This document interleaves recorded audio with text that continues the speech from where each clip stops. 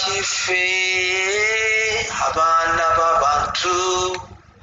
okujjako kusinzanga n'okutenda ennaku zonna. Tunakuwa kiffe abaana b'abantu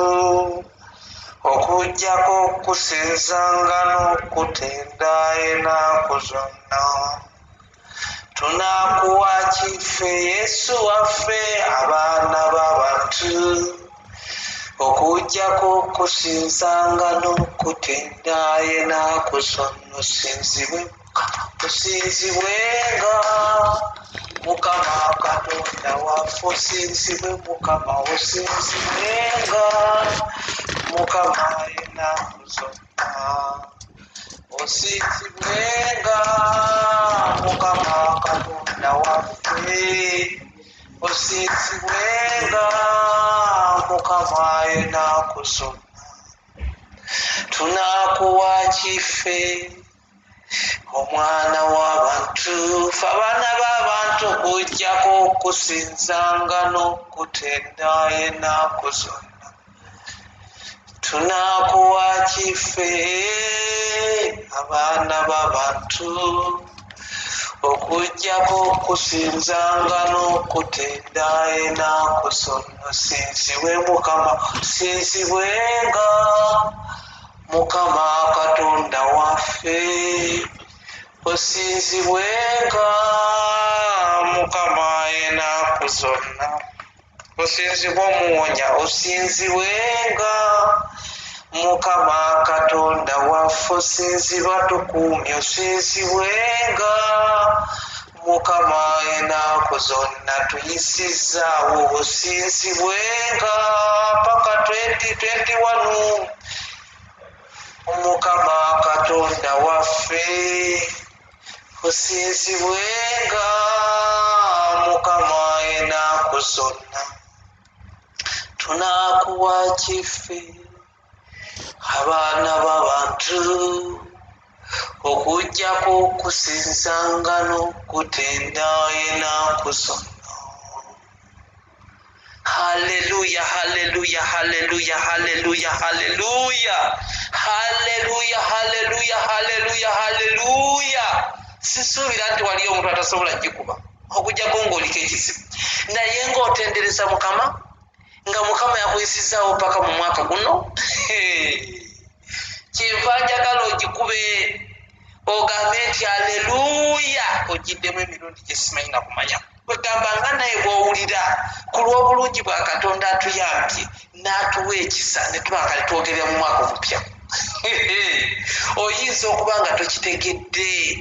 naye wuliriza, nze nkugambye tegaabadde maanyi go, tezaabadde ssente zo, okitegeera. So sigamba nti yeggwe abadde yeekuumye nnyo okuva ku lunaku olwasooka 2020 paka ku lunaku olwasembye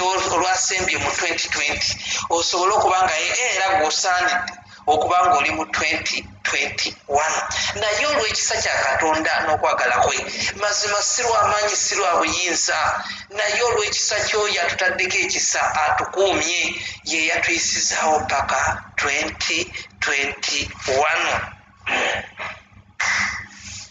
Mbaaniriza nnyo mu saaviisi eno, ate nina essanyu lingi okusooka okubeebaza. Ate kusookera ddala nsooka kwebaza Mukama Katonda atuwadde omukisa. Ffe baani baataddeko ekisa? Ffe baani bayisizaawo? Ffe baani Mukama baawadde obulamu? Ffe baani bakikoledde Mukama? Ffe baani bakikoledde omusumba omulungi?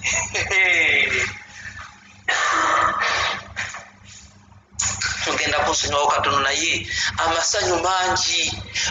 mangi Mukama Katonda atuwadde ekisa ne tuyitawo paka 2021. Oyinza obutakitegeera kye njogerako, naye Mukama abadde naffe, abadde ku luuyi lwaffe, abadde Katonda. Teri mulala asobola kuyimirira nga nze ku lwange nga nze gundi nze nayiseewo nabadde ndi supposed okuyitawo paka mu 2021. Nedda, abadde Mukama yatukuumye, abadde Katonda, abadde ku luuyi lwaffe. Kibadde kisa kye nakwagala kwe, kubadde kisa kya Katonda kutusaasira busaasizi naye abadde Mukama era kyetuba tugulumiza erinnya lye olunaku olwaleero. Bannaye nina amawulire amalungi okusookera ddala kansooke mbakuliseeyo era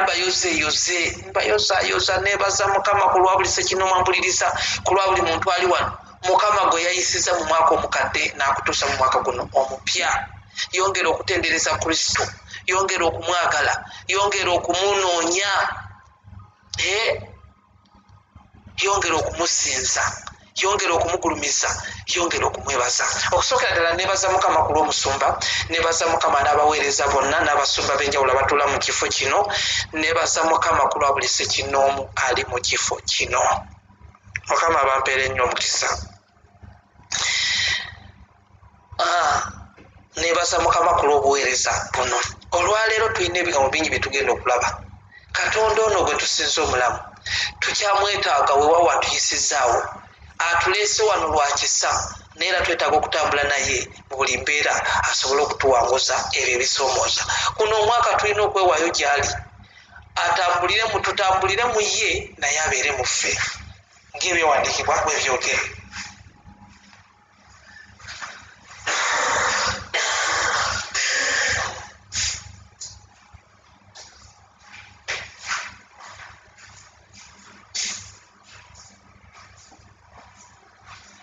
So essaawa eno nina amawulire amalungi. Ojja kumbuuza mawulire ki? Mawulire gakabaka bwa Katonda. Sibana mawulire gange nanze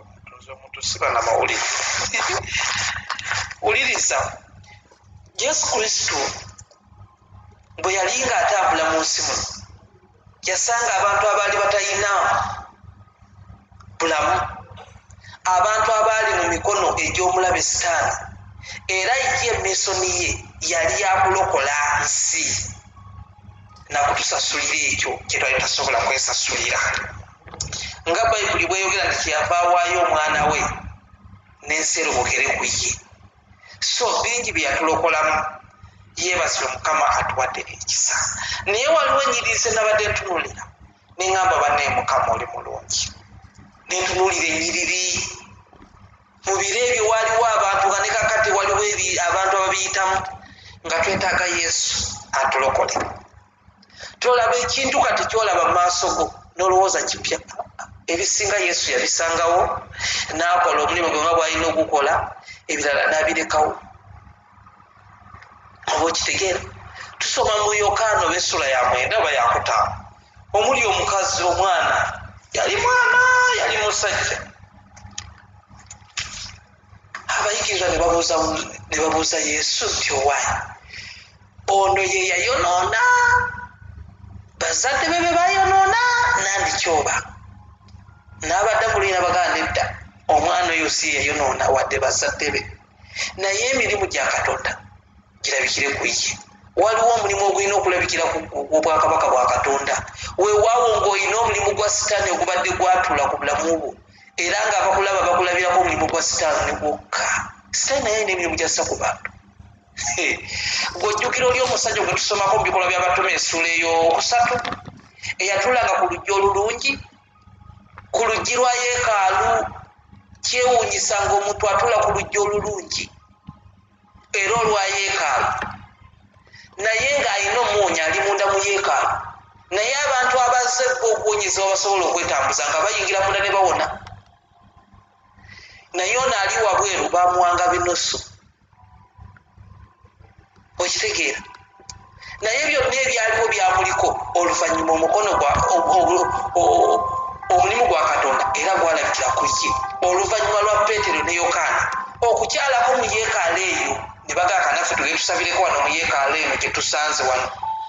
Era wali eyo obanga olina olugendo lw'otambula tekigana kulengera ku yeekaalu ya Mukama, njogera ku kanisa nga y'abalokole. Kyama ng'osabe omale weeyongereyo. Oluusi Mukama ayinza n'okuba ng'akuyisiza eyo ng'ali gw'olina okusumulula. Abooluganda Yesu yeebazibwe. So natunuulidde ebyawandiikibwa binyini nga naye Mukama oli mulungi. Tugenda kukyalira mu kyawandiikibwa bwe kiti. Matayo essula ya 4 olunyiriri lw'omu16. Wandiika ennyiriri leero nzizeeko na nnyingiko. Matayo essula ya 4 olunyiri 16 luwulirize bulungi lugamba bwe luti abantu abaali batuula mu kizikiza owulira abantu abaali batuula mu kizikiza balaba omusana mungi n'abo abaali batuula mu nsi ey'okufa ne mu kisiikirize kyakwo omusana gwabaakira. Yeebazibwe Mukama ntuyingidde omwaka omulala. Bw'oba obadde otuula mu kizikiza nsaba omusana gwa Mukama Katonda gukwakire. Kirwaki njogera omusana gwa Mukama Katonda? Nsaba olabe Mukama Katonda yennyini kuba ye musana gw'ensi. Ye musana ye kitangaala. Kati olunyiriri we lugamba nti abantu abaali batuula mu kizikiza balaba omusana mungi. Naawe ali eyo yinza okuba obadde otuula mu kizikiza 2020 omumazeeko ng'oli mu kizikiza. Kwe kusaba kwange ekizikiza kikome mu 2020. Eno gye wazze mu 2021 laba musana. Musana mwerere gwoba olaba. Laba Kristo ng'akola ku nsonga zo. Laba Kristo ng'akola ku bintu byo,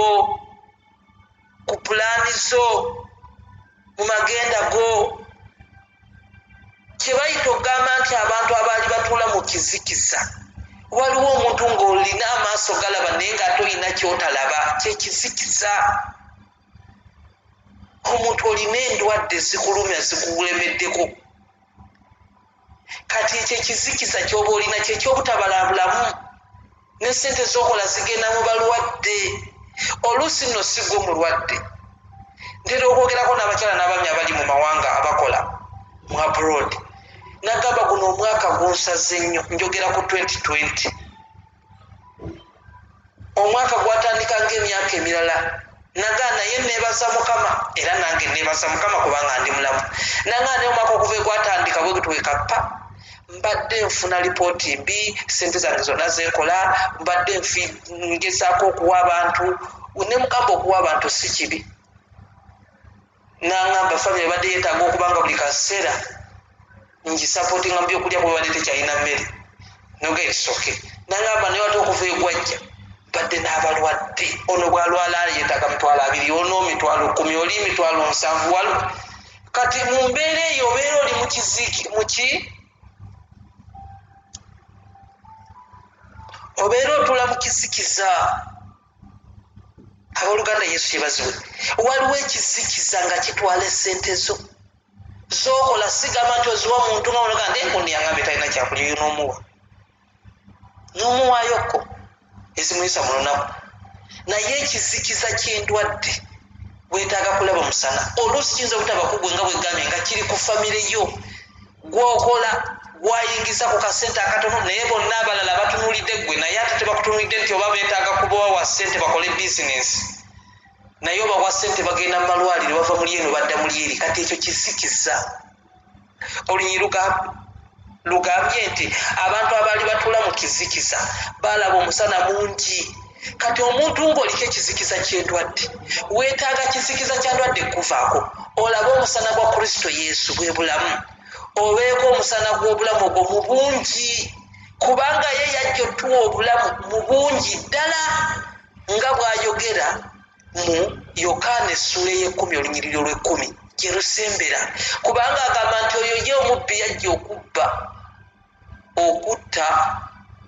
oba bwe kiri. Yokaana 10:10. Ye lwaki tetugenda tusomayo? Tugende tusomeyo Bayibuli tuzirina. Wandiika. Kubanga ekizikiza kino kijja lwa Sitaani. Sitaani yajja okubba. Saagala kusoma bitaliiwo. Sitaani kati olw'okuba nti eyajja okubba n'okukola ebibye, waliwo eyajja okuwa abantu obulamu mu bungi ddala.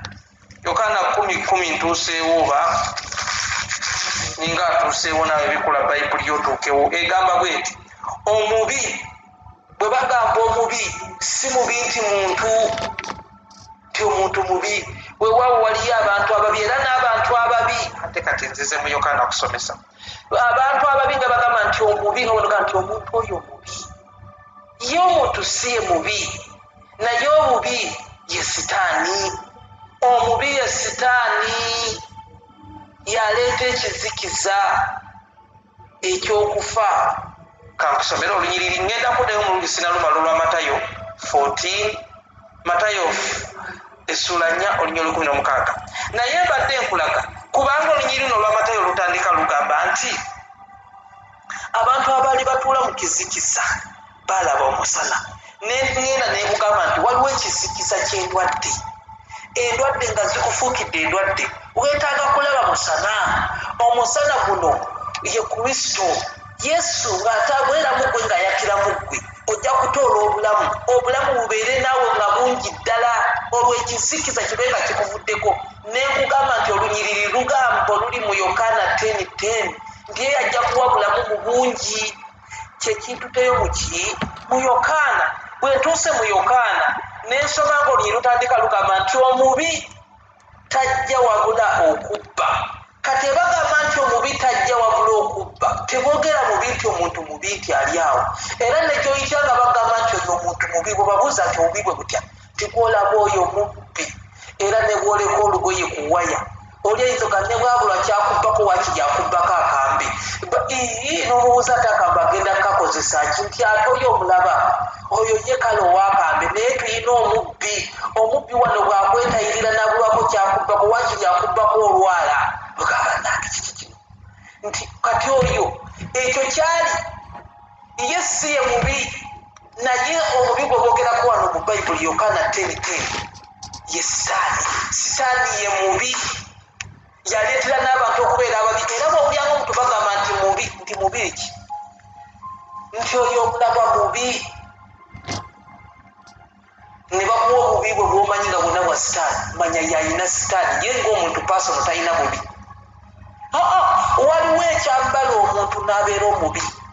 kyekiki ye sitaani oba gwe mwoyo gwa sitaani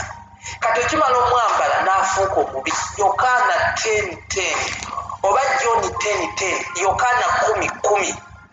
kyova olaba olunyiriri lutandika lugamba nti omubi omuntu si ye mubi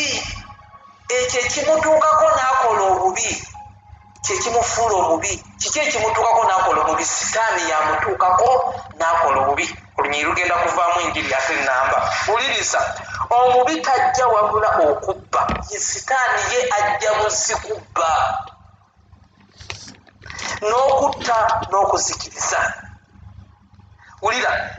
nze najja wano nno weewandeeseeyo no munyiri olwa Yokaana 10:10 lukati nze kana akatundu akasombeko kandeese kagambye nti nze najja nzibe n'obulamu era nzibe n'obwo obungi kati Mukama yajja otuwa obulamu obungi obwa ddala Katonda yajja okutuwa obulamu obungi atubbayo eri sitaani kubanga ye omubi yajja kutubba na kututta kati bwe nzija n'enkono olunyiriri luli Matayo essula ey'okuna olunyiriri olw'16 nti abantu abaali batuula mu kizikiza n'enkuwa ekyokulabirako tiwaliwo ekizikiza ky'endwadde nga tolaba bulamu kyova olina okusaba Mukama akuwa ekitangaala kubanga olunyiriri lumaliriza lugamba bwe luti lweyongerako wansi nga lugamba bwe luti terunaggwayo nti abantu abaali batuula mu kizikiza balaba omusana omungi weetaaga kulaba musana gwa bulamu gwalina ekizikiza ky'endwadde omusana nga gwa bulamu nga obulamu bungi kubanga Yesu yagaba obulamu obungi nga bwe tulaba eri mu Yokaana 10:10 gye tusembera oba okitegeera naye bw'obeera oliko ekizikiza ng'oliko ekizikiza ky'endwadde weetaaga bulamu kati nvuddeyo ku balina ekizikiza ky'endwadde waliwo abalina ekizikiza eky'okubulwa emirembe gwe wootula toba na mirembe ekizikiza ky'obwavu weetaaga okuba n'obugagga obwa Mukama ng'obugagga bungi ddala njogera ku bugagga Mukama bw'ayogerako mu ngero essuula 10 wandiika ennyiriri engero essuula 10 olunyiriri lwa 22 lugamba nti omukisa gwa Mukama kwe kugaggawaza ate nagugattako buyinike n'akamu okitegeera kati olw'okuba oli mu kizikiza kino ekizikiza olunyiriri lwatandise lugamba nti abantu ffenna nga tuli wano ffenna tuli bantu era nga mutuulire naye waliwo abakyali mu kizikiza weewaawo bayingidde 2021 twayingidde 2021 naye kibi nnyo era saagala nakyogera kiremerako ng'omuntu wayingidde n'ekizikiza ky'obwavu okufa nakyeri nze omuna kyekutuddeko nakireseeyo eri kyovola message ngikuleetera oba okyakirina okyekutuleko ekizikiza ky'obwavu ekizikiza ky'endwadde ekizikiza ky'okulemerwa ekizikiza ky'okugaanibwa ekizikiza ky'obutaba nakyokola omwaka oguyingidde mu sitayiro ng'oli mulamu kati lwaki tobaako nakyokola minisita olina ekizikiza buli kizikiza ekiri ku bulamu bwo kife mu linnya lya yesu na buli kizikiza ekiri mu bulamu bwo kikute olaba omusana mu bungi ddala omusana ye yesu kristu bw'atandika okwakira mu ggwe naawe ojja kulaba ekitangaala abooluganda yesu yebasibwe ogenda kulaba ekitangaala mu guno omwaka tetuyingidde mwaka kwogerako mwogere tuyingidde omwaka tutandike okutoolayo obujulizi gwabadde atambule mu bujulizi obukadde nga bwa sitaani bwakizikiza bufe bukomeeyo busigale nayo busindiikiriza ogaye ti mukama buyinza okuba bino byazze sitegedde naye bidde mu 2020 gyeyalase 2021 nina kuba nga ndi freely mu darkness olabe kye bayita omusana onoonyeza omulimu ebbanga lyonna libuze ekyo kizikiza weetaaga kulaba musana mu bungi olabe omulimu obeere n'emirimu ove mu mirimu obe ne bizinesi ekyo nakyo kizikiza ekyobutaba na mirimu oba okitegeera wulira olunyiriri gye lugwera ndi ku Matayo essula ya mweka essula ey'okunoonya olw'16 lugambye nti abantu abaali batuula mu kizikiza balaba omusana nga mungi omanyi kye bayita omusana omungi oyinza okuba oli eyo obwavu bukulemeddeko tolina nakyolina oyagala kudda mu kyalo ne mu kyalo tolinaayo oli ku muzigo ku muzigo nagwo bagobako ekyo kizikiza tolaba najjo oyinza kujja zibulaada akapoloti kati ekyo kizikiza weetaaga musana ye yesu kristo olunyi lweyongera ne lugamba nti balaba omusana omungi n'abo abaali batuula mu nsi ey'okufa ne mu kisiikirize kyakwo omusana gwabaakira kati nno wuliriza ebintu bya sitaani ebiri ebizibu waaliwo n'abaali batuula mu nsi ey'omusana waaliwo wulira n'abo abaali batuula mu nsi ey'okufa omuntu agenda mu nsi muno naye ng'ali mu nsi ey'okufa kanti kwanguyirize mangu okitegeere twayingidde 2021 ndowooza okitegeere naye mwe twayingiddeyo nga abantu bagamba bannaye ate obulwadde obugenda okubeera muno buzibu ani akulimba abo babyogera batambulira mu nsi ey'okufa eno ensi gye tulimu twebaza mukama ffe tetukyali bansi tuli mu kristo yesu twava mu nsi tuli mu kristo yesu yekyo ekitangaala saagala obeere ng'otambuliramu abo abatambuliramu ebyo ebisikirize bakita kisiikirize ate n'olunyiri badde ngegedde luli oluli mu zabbuli eya 23 olunyiri olwokuna wuliriza n'abo abaali batuula mu nsi ey'okufa ne mu kisiikirize kyakwo olunyiri lwagala okufaanamu naye oli lwembadde mbawa naye nayo nja tubaleetera abooluganda yesu yebazibwe ensi ey'okufa yemye ensi mwe tutambulira naye ffe tetugenda kufa lwansonga tulina omusana tulina kristo nkwegayiridde gwali muno teweeraliikirira ng'ensi eriko ekisiikirize ky'okufa nga mulimu abatambulira mu nsi ey'okufa baleke gwe tobafaako kyolina okumanya kiri kimu nti waliwo omusana wuliriza olunyi gye lusembera lugambye nti n'abo abaali batuula mu nsi ey'okufa bangi kati nga tuli nabo mu nsi muno naye ffe tetukyali bansi naye bwe batambule mu nsi y'okufa era batambula boogera obulwadde bugi obulwadde ate kati weefinga eveero ate weefinga eveeri ate susa okubeera tumaki eno banemiza abantu balaba bati wategedde bafeegi tobiddamu ebyo tobyogera gwawuliriza message eno gyekuleetedde olwaleero ng'oli mu 2020 olina omusana wakkiriza okubeera n'omusana guno wakkiriza yesu kristo okubeera omulokozi wo mugambe nti nze wulira olunyiri wansi yerusembe omusana gwabaakira mugambe nti nze mukama njagala obeere musana gwange onjakirenga njagala obeere musana actually nze omu alina obujulizi kansubire mwabuwulidde nze omu abadde ayisiŋŋanya n'abalwadde naye nga mukama mpa ekisa naye lwaki kubanga ye musana namugamba mukama omusaayi gwe gunjogerere nga omuntu ne bwajja n'aleeta emikono gyankwate mu ngalo sijja kwesika nja mukwatako naye nkwegayiridde sigenda kukwatibwa bulwadde mukama omusaayi gwe gunjogerere naye ngambadde nkimanyi ntambulya mu nsi y'okufa ensi jjidde okufa ng'olunyi lwogera wano lugambye nti n'abo abaali batuula mu nsi ey'okufa ensi zonna kati zimwe tuwangaalira zijjuddemu okufa tutuula mu nsi ezijjuddemu okufa naye oba oyagala okuwona okufa weetaaga kuba na musana guno gukwakire mu bungi weetaaga oba kuba na kristu ng'ali naawe mu bungi ddala kasi kristo yagaba obulamu mu ngeri eri abandantire bw'obeera naye obeera mulamu yeigwe musana abali mu kisiikirize ky'okufa simanyayo ekisiikirize ky'okola ki ebyo n'abo abaali batuula mu nsi y'okufa abantu nga batuula mu nsi ey'okufa nga boogera kufa buli kaseera ne bagera kufa ku kufa abalala batambulira mu kisiikirize kya kufa nkwegayidde gwe totambulira tofa tokkiriza kufa weewaawo ng'otambulira mu nsi ey'okufa kowoola omusana olaba omusana mu bungi gwe njogera okuyita omusana nkugamba kuyita yesu gwe musana yesu yekkubo n'amazima n'obulamu bwe bagamba nti yesu yekkubo n'amazima n'obulamu kitegeeza ye yagaba obulamu ye gwe musana bano bagambye nti omusana gwabakira mu bungi minisi baalaba obulungi bwa katonda baalaba yesu gweomusana oguddiza abantu obulamu tebaafa wuliriza olunyiriri bano tebaafa kubanga olunyiri lumaliriza lugamba nti n'abo abaali batuula mu nsi ey'okufa ne mu kizikiza kyakwo wali obaddeko mu nsi ey'okufa ne mu kizikiza kyakwo ne bagamba nti kati wano tuyingidde wano ne bazingizawo ne bagamba tuggyewo abantu 2 bonna balwadde ne babatikka ne babatwala temanyina gye babatutte babatwalyako n'ambyulensi ng'evuuma 2 babatutte kyokka gw'osigadde mu balamu oba olyaga nti ate ku 2 bebatutte ate gundi olowooza yadda gundi teyadda ne gundi teyadda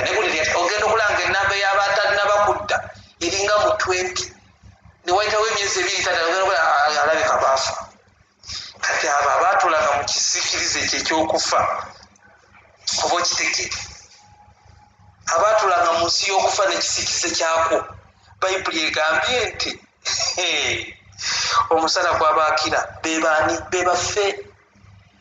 naawe ali eyo ng'owuli abantu boogera ku bigambo by'okufa manya nti waliwo omusana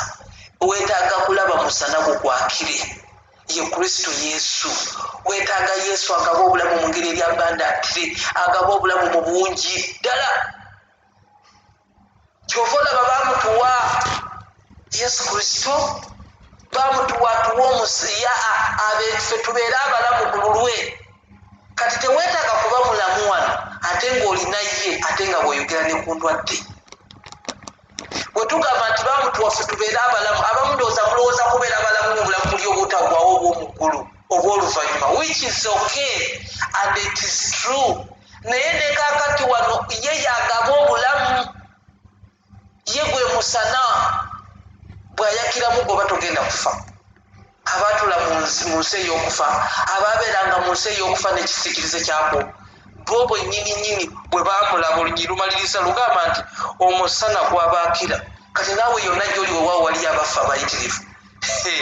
nkusaba omusana gukwakire mu linnya lya yesu omusana gukwakire saagala owulire mawulire gayita ku social media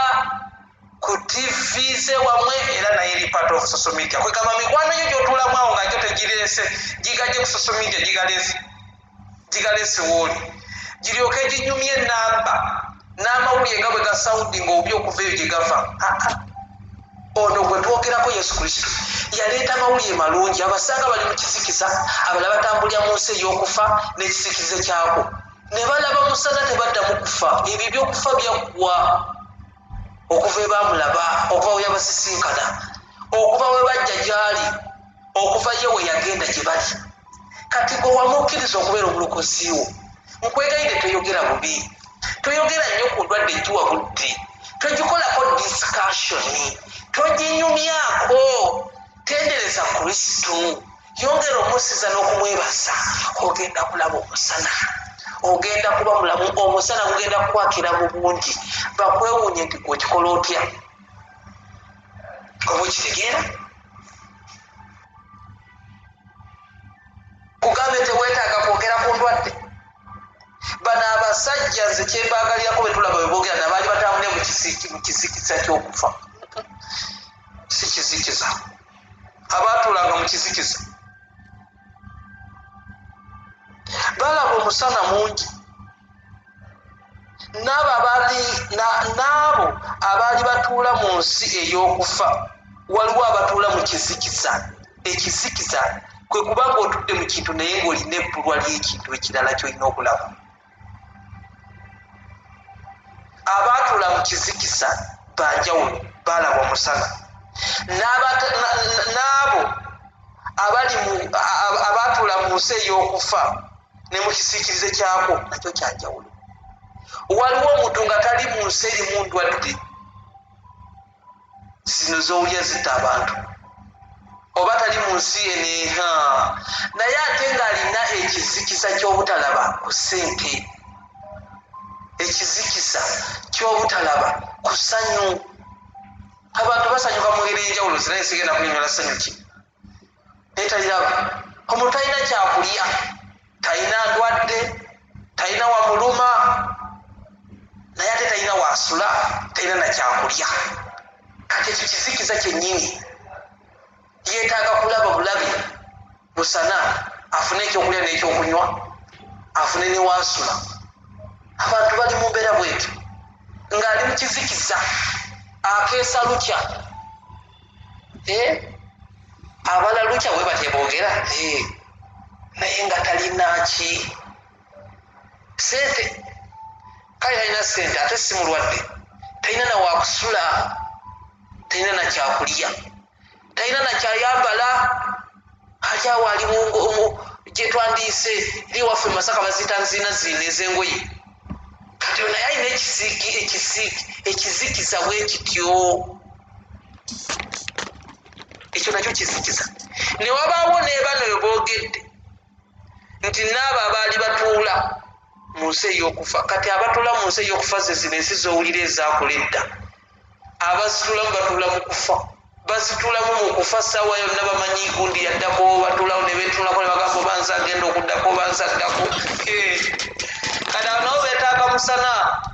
beetaaga yesu abaatulanga mu nsi ey'okufa n'ekisiikirize kyako omanyi kye bayita ekisiikirize ky'okufa tugende mu zabbuli eya 23 bikula bayibuli yo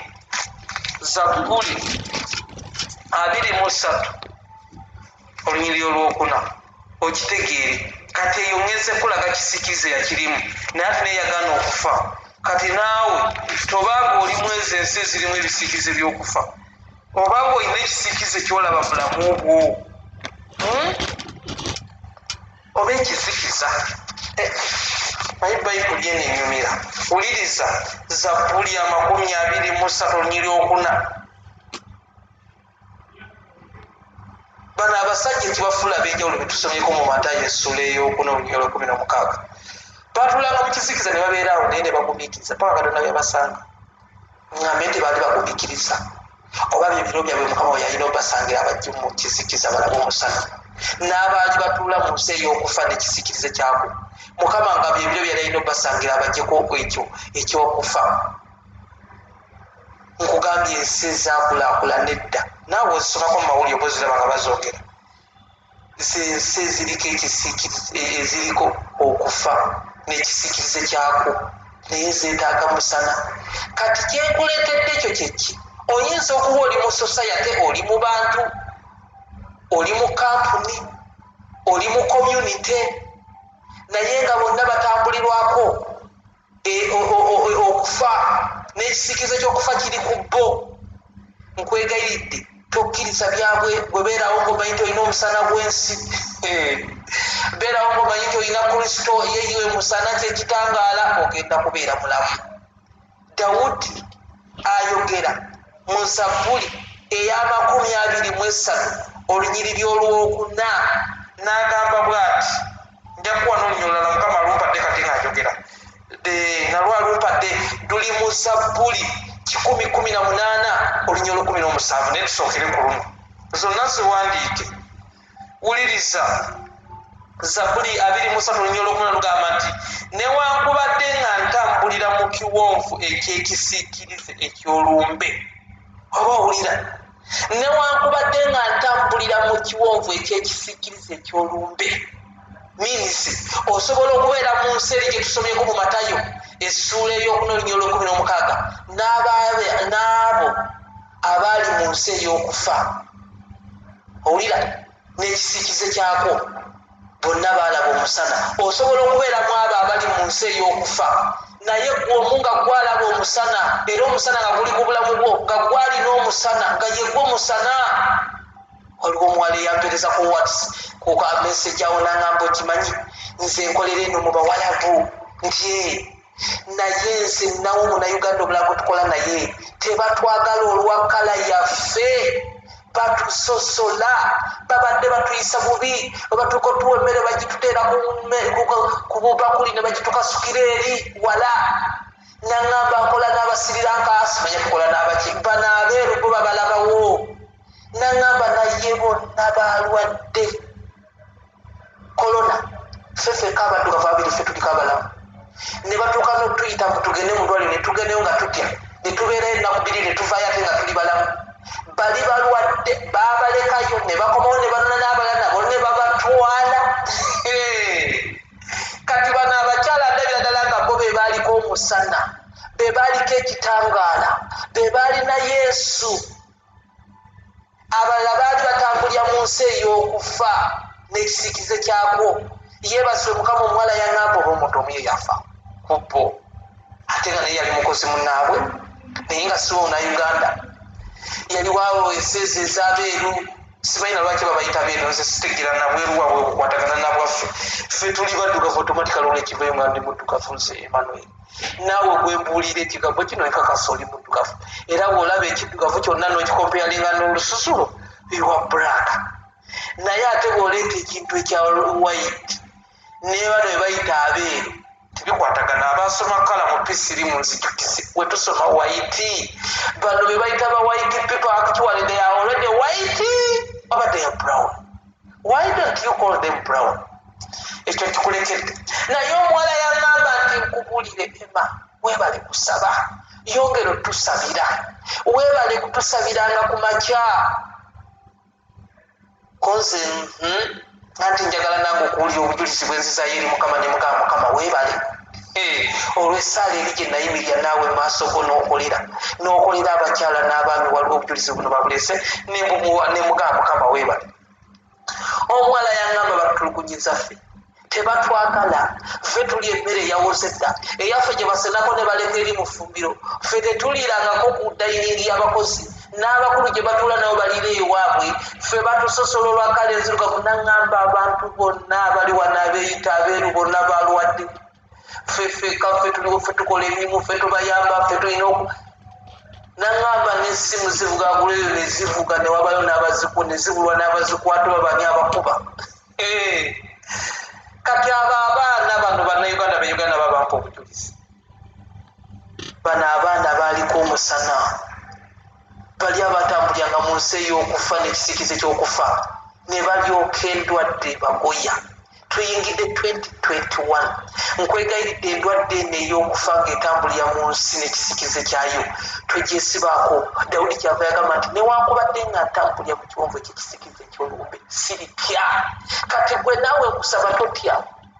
ate towanga ye ndowooza erowooza nti oyinza okufa togenda kufa era togenda kulwala kivenga ku bwongo bwo nga nebagamba nti oyo mulwadde oyo bamubyawo mu maaso go nga tonnamukwatako okumanya nti gwoli mulamu ate twalanga okukizo geeti mukama nze ndi mulamu twalangayo obudde 2021 tumuyingidde osabe nga buli ku makyo g'eri mukama webala mpadde obulamu nyongere obulamu newankubadde nga ntambula mu kisiikirize eky'olumbe sirifa yakiri siritya sirifa kiri eri Zabbuli 118:17 wuliriza enjiri enyumira simanyi oba naawe agiwulirize kunyumira naye nze nebaza omwoyo wa mukama agimpa nga bwagimpa bwengikuwa sina wenjijja wabula enjigiririza enzigira wano by Holy Spirit nakosa wuliriza agambye nti era newankubadde nga ntambulira mu kiwonvu ekyekisiikirize ekyolumbe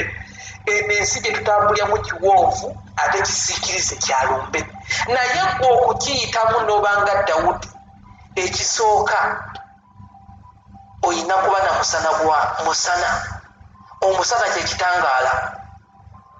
omusana gwina okukwatira ye Yesu Kristo oyina kuba n'ekitangaala ye Kristo Yesu oyina kuba n'oyo eyawangula okufa n'amagombe oyo yawangula endwadde oyo bwe bulamu kati ekisiikirize kino ekyokufa simanya n'abatambulira mu nsi ey'okufa bo nga bo tebamulina baleke bafe oyinza okulooza njogedde mubi baleke bafe kankubuulire omuntu alina transport we mu nsawo tasobola kusigala mu paaka era emotoka bwe gyeraga gyalaga agirinnya ate alina transport mu nsawo ikolaba atunula anoonye gwanaasaba amuweeyo 2,000 amwongerezeho kuzaalina oba amuwe zonna zaalina atandikiraawo yoyo atalina transport kati gwolwokuba wakiza Yesu Kristo okubeera omulokozi wo nga kyekitangaala nga ye gwe musana bwe bulamu kubanga yajja okuwa obulamu mu bungi ddala kyova toyina kutya nga Dawudi bwagambye era ogenda kuba bulamu waggulu natandise nkugamba nti abantu abaatuulanga mu kizikiza balaba omusana gwoomwe yalaba omusana kati gwemanya nti olina omusana era omusana gwakuyisizaawo okuyingiramu guno omwaka woba okyalina ebikyakutta ebikusibidde mu kizikiza ng'obwavu endwadde ezo okitegeera ezitali eza bulijjo eziremera ku bantu munomusanga akolola omwaka omulamba n'agussa wali oli agamba nnumizibwa omutwe omwaka mulamba n'agussa wali ezo endwadde gamba mukama azikugyeko mu linnya lya Yesu kubanga yajja kuwonya bayibuli egamba nti ye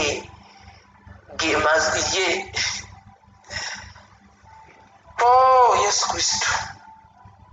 ye bwe bulamu kati ng'otambula ate mu nsi ey'okufa era manya nti ye bwe bulamu gw'olina tomusuula munoonyi ono Dawudi ekimwogeza bino mu Zabbuli 23 with a lot of confidence yali amanya alina mukama era agambye newankubadde nga atambulira mu kisiikirize eky'olumbeezi sirifa lwaki sirityalaza ali assured nti alina Kristo ali assured nti gwalina w'amaanyi ali assured nti oli yagaba obulamu ali assured nti guli bwe musana oli bwe yetaala kyekitangaala beera assured nti olina Kristo buli kintu kyolina kyamaanyi olinayo singa alina golodi olinayo singa alina feesa olinayo singa alina sente zonna zotawulyangako kubanga azirina kati nebamusako okusijeni bamugamba nti nno leero obulwadde bweyongedde bwa covid ne bwaziyo mu banka nazikubaawo covid bayinza omulemu mumuwonya naye nga alina sente kati ate gwalina omusana teweetaaga nakutuuka ku ddwaliro okitegedde teweetaaga kutuuka mu ddwaliro 2021 ojagala omuvinge mu ngeri ya lifestyle agita lifestyle mukwega style nga ya Kristo buli lwotambula bwotuna oli amawulire ambi ngamba yagamba atuwa obulamu mu ngeri ya bandantire bwowula yagamba yajja kutuwa bulamu yeye bulamu bwowula yimyengoza ate egindi bagabe bakola bati egindi ate ng'okyusa muga nti ye lyekkubo n'amazima n'obulamu kwegamba kyenjagala okutegeeza kye kino manyani agaba obulamu ye gwe guba kuba omusana gw'omu bulamu obwo ate era yaba abeera obulamu mu ggwe abaali bayini mu kizikiza baalaba omusana kulwa Kristo Yesu yenyini bwe baalaba omusana ye we yali gye yali gye baali ojja kusoma kyaputayo naye kugweremu wentaaga kulaba musana wulira olunyisi nalumalayo era newankubadde nga ntambulira mu kiwonvu ekyekisiikirize ekyolumbe siritya kabi konna tutya ndwadde eyetambulira mu nsi leka ebeere mu nsi ng'eri ab'omu nsi jjukira ffe tetukyali bansi tuli ba bwakabaka bwa Katonda kubanga tuli mu ye oyo eyatujja mu nsi ye Yesu Kristo ate yajja atuwa obulamu mu ngeri eri abundantire meseji gye ninayo eyo abantu bayingidde 2021 naye bakyaliko fiya eyebyo ebigambo ebijja byogerwa okuyiti baneeka babuulire kankweyo ka research katono nve wano olw'obudde okimanyi nti buli luvannyuma lwa myaka 10 eno endwadde ebadde ebeerawo genda okole research on your Google account ogogolinge 1918 19 2 egyo emyaka gebamutuuka ku 1900 omanyi nga nebulya nabantu bavuga 1900 bwokyogero lyawulya kisoundinga mumatu ge ng'eyaliwo 1900 simanyi abasayininga endagaano yabikize sibitegeera biwulya abantu babyogera byafaayo naye before 1900 waliwo 18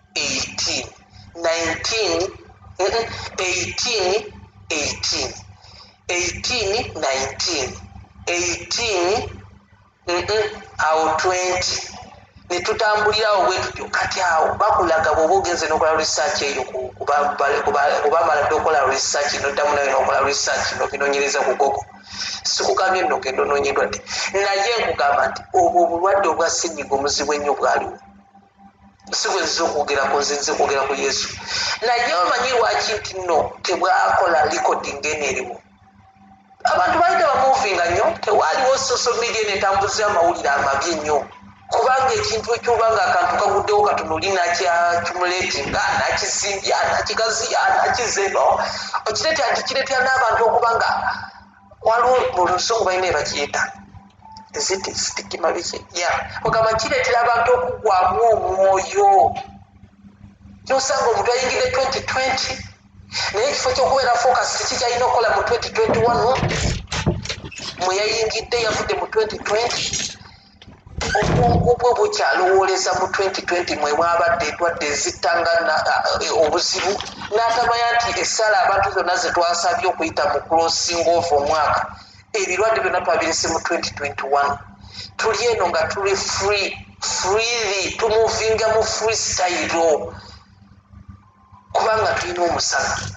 kati newadde ngaowuli abayiri aboogera ebibi ddamu nga Pawulo ddamu nga Dawudi agamba nze siritya newankubadde nga ntambule mu kiwonvu kikisikiriza ekyolumbe siritya pulizi onyiri gye tusebe nve wano n'obudde bundeka n'agamba nti kubanga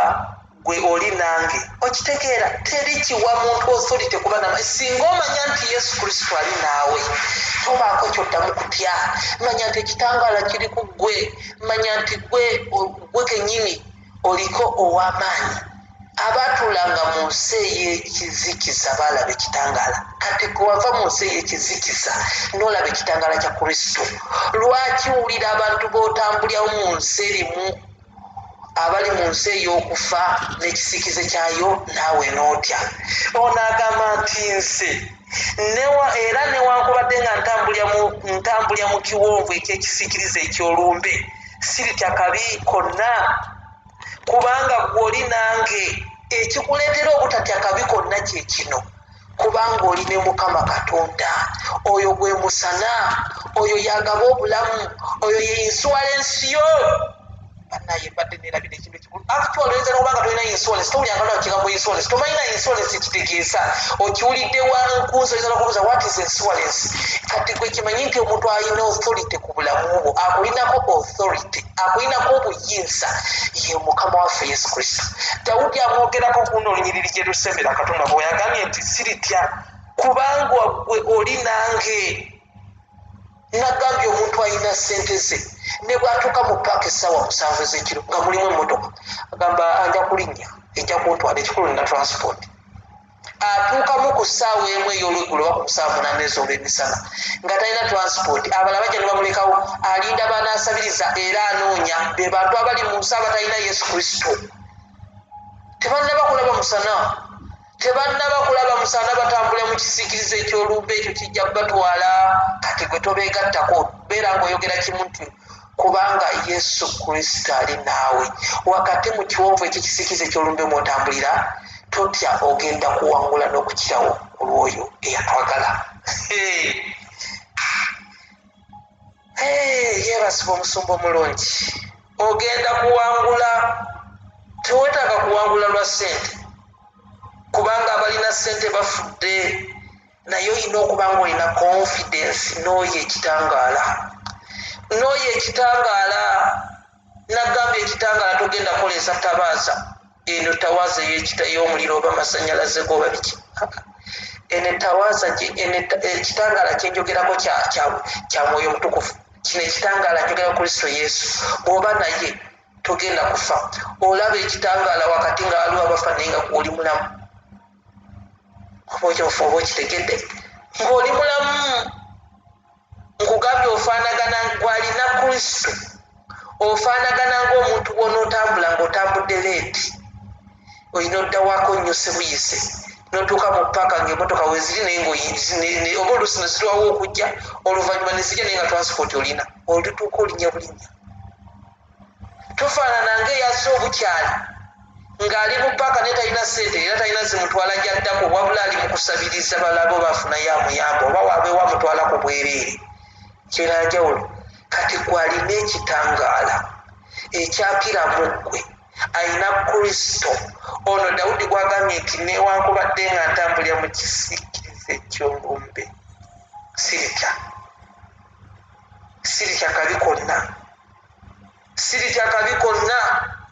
waliwo obubi sitaani bwaleeta naye totya 2020 beera ng'omanyi nti olina ow'amaanyi tambula nga you are confident that you have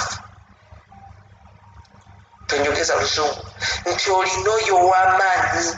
asinga amaanyi atuula mu ggwe bayibuli egamba nti ow'amaanyi ali mu nze asinga oyo ali mu nsi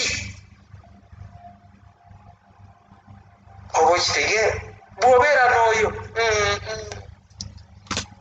endwadde kazibeerewo zesome kowoola omusaayi gwe gunaabe gwambale muyite akulembere waliwo gena nejogera naye nemugamba kati yafuuka bodegaadi wange nampakanya nemugamba nze seetaaga bakuumi for matter what nga waliwo n'abafiira mu mikono gy'abalina emmundu I don't need more defense neetaaga ono we call him our defender our defender our savior my savior nyinza okumuyita nti our savior nga gwe tobiriiko my savior weba naawe okitegeera nti he's your savior naawe abeere your savior kati tetwogera nga bwogezi bino ebigambo byowulira nga binene ate ne tumala ne tubisuula tutambulenga nabyo nga ne bwe wagamba nti wali batugambye bajeewo abantu bana bonna balwadde mugambe yes ow'amaanyi ali mu nsi agaba obulamu yenze kubanga bayibuli era egambye nti kubanga gwe oli nange weetaaga kuba n'oyo kankuwa olunyiriri olulala nga lukuwa amaanyi wakati mu mbeera eno abatambulira mu nsi ey'okufa era ng'eriko ekisiikirize ky'olumbe nzizeyo mu lunyiriri luli olw'amata yesula ey'okunoonyera 16 balaba omusana naawe njagala obe ng'olina omusana naye otambule n'ennyiriri zino obutakusuuza musanaago means obeere confident nti olina ow'amaanyi ali mu ggwe ate oyo gwe musana gwo gwe gwakira ku ggwe bwe bulamu bwo buli kimu yeye genda mu Zabuli 118 badde nayogeddeyo dde olunyiriri 17 waliwo olunyiriri lunyuma omuntu bw'ayogera kino ekigambo kyenvaamu kati owulya kyekugamba nti Zabuli 23 olunyiriri olwokuna nti era newankubadde nga ntambulira mu kiwonvu ekyekisiikirize eky'olumbe siritya kabi konna tolowooza nti yali aliawo nga nyumya mboozi agenda okwogera nga waliwo ennyimba ezimufeesinze nnyingi waliwo endwadde nnyingi waliwo abalabe bangi omanyi omulabe gwe yali ayitako ng'omulaba amulaba ng'olumbe ate nga ali wansi w'ekisiikirize kyalwo alaba ate ali wansi w'ekiwonvu kye omanyi okuba Dawudi kyali ayitako waliwo olumbe n'omulabe kati ng'atambulira mu kisiikirize eky'olumbe ate ng'ali mu kiwonvu ansemu kusomera olunyiri oludiremu luli newankubadde nga ntambulira mu kiwonvu eky'ekisiikirize eky'olumbe amuyiganyira mu kiwonvu okufa kisiikirize kyalumbe kyakwagala kumutta lwaliwo nalwo naye aganze siritya kabi konna kubanga gwoli nange ekyo kikuwa assurance naawe okubeera naye ng'omukkiririzaamu nga Dawudi we yamwekkiririzaamu confident ng'eri mu ye. Banaye osanga omuntu ng'alina confident mu mwana w'omuntu nali kunyumiriza emboozi naye nja ginyumya n'enjiri n'olaba omuntu ng'alina confident mu muntu eyo nja gibawo eyo nga mu mwezi gwa kusatu ng'ebintu byonna bimaze okukyuka ndyoke mbabuulire obanga bimaze okutereera nkubuuze nti how comes nti omuntu alina confident mu muntu naye nga alina confident eri Katonda. Kireetanga ekibuzo next time. Kati tugenze Dawudi alina confident mu Katonda. Kabaka Sawulo nga tamwinamu bwamutiira mwaddenaaka Sawulo ng'amuyigira mu kiwonvu ayagala kumutta mukuba mafumu akitegedde Dawudi agenda kufuuka kabaka. Agamba waapi newankubadde ng'atambula mu kiwonvu ekyo ekisiikirize ky'olubenze siritya kubanga gw'oli nange. Okitegeera that is eno verse ya confident nakwekkirizaamu nani gokkiriza ate bw'omala omukkiriza tomukkiriza nti nzikiriza Yesu Kristo okubeera omulokozi wange era njatwa n'akamwa kange tindokose full stop n'obeerawo kyokka ate otandika kutambulira mu mbeera ya kutya. How comes ng'olina ow'amaanyi ate otandika okutambulira mu kutya? Imagine Dawudi atuwa ekyokuyigirako. Alina olumbe ng'endwadde luli wali nalwo lutambulira mu nsi naye ate alina n'omulabe gwe bayita Sawulo naye amuyigga. Naye byonna tafudde yagagenze nina ow'amaanyi. Kati gwe naye wakkiriza okulaba omusana olina omusana gwakwakira Yesu Kristo lwaki tokkiriza oyo n'abeera mu ggwe nga you have confident tuhere dira confidence yo giteeke mu ye. Naye maama n'olwalako olukolola enkolola bbiri nti mundeetere panado are you sure nti olina confident mu Kristo Yesu? Ne panado n'omira naye nga totegedde kikuluma nti okolola bukolozi neewuunya omulokole tebasaba kukebera bulwadde bukuluma naye n'otandika okwekolerako self medication ate nazo zirina side effect naye nga weerabidde nti waliwo ono gwe twogerako nti yajja okutuwa obulamu mu ngeri eri abandantire. Kati sitaani ajja n'akuyikiriza n'abakuwakoonako katono bwe kapa oluwulyamu kapeeni mumpe panado wange oyo noga imagine ono tamanyi nti waliwo ow'amaanyi awonya. Kale n'endwadde webe kuluma olina okgenda mu ddwaliro bakujjajjabe. Sigambye nti bw'olwala togenda mu ddwaliro naye lwaki tosooka kukoowoola ono ow'amaanyi n'olaba nti akyusa ekyo sitaani kyaleese naye gw'olwalako nti bampe ka panado n'omwekatankana n'olwekya neruli tosose nakwemanya nti panado alinamu side effect. So nja kujja n'ekyo nkyogereko very soon. Kubuteeka bundeka mukama. Zaburi 118 gyendazi tumalirize saaviisi enyuma. Kansubire saaviisi eyinza okuba nga yeesose mu mwaka omupya